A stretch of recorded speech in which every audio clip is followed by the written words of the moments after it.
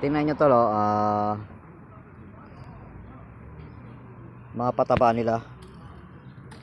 Isang uri ng para mga dinurog na kahoy. Yan. Ayan ang pataba nila rito sa garden nila. Yan. Yan o.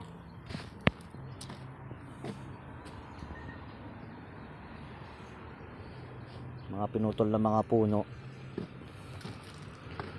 Ganyan yung mga pataba nila rito, mga tol. Yan.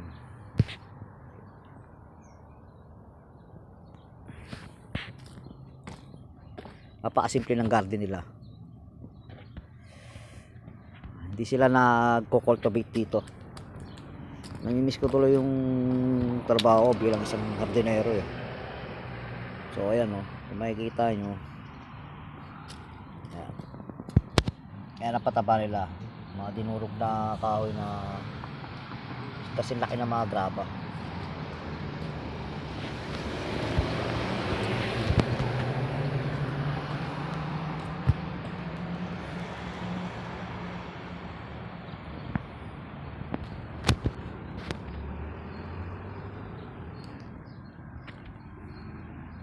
Pero maganda yung mga halaman nila rito, matataba.